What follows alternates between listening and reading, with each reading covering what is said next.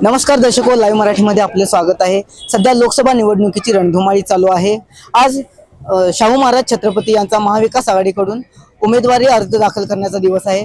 आज ते जिल्हाधिकारी कार्यालय येथे मोठ्या संख्येने कार्यकर्त्यांच्या मोठ्या संख्येने उमेदवारी अर्ज दाखल करत आहेत। माझ्यासोबत आहेत सामाजिक कार्यकर्ते महेश उत्तरे। आपण त्यांच्याकडून जाणून घेऊ की याविषयी त्यांचं काय मत आहे, कशा प्रकारचं नियोजन असणार आहे। सर, महाविकास आघाडीकडून शाहू महाराज आज उमेदवारी अर्ज दाखल करतायत, काय सांगाल?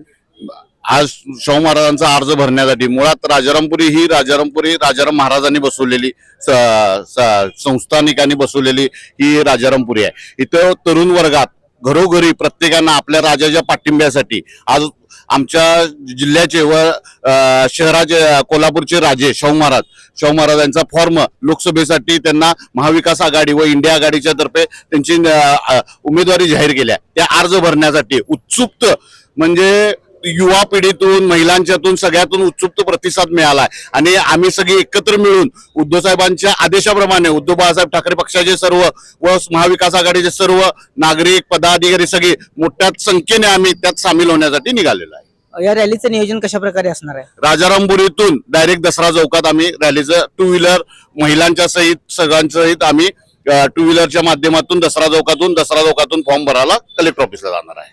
शाहू महाराज मोठ्या मताधिक्याने विजय होणार का? 100% शाहू महाराजांचा विजय झालेलाच आहे। विजयाची फक्त ऑफिशियली डिक्लेअर करण्याचं काम आहे। कोल्हापूरची जनता उत्सुक प्रतिसाद शाहू महाराजांच्यावर आहे। तर आपण या ठिकाणी पाहिलेत की छत्रपती शाहू महाराज हे मोठ्या मताधिक्याने विजय होतील असा विश्वास महेश उत्तरे यांनी व्यक्त केला आहे। लाईव्ह मराठीसाठी कॅमेरामन रवींद्र बागल सर, कोल्हापूर।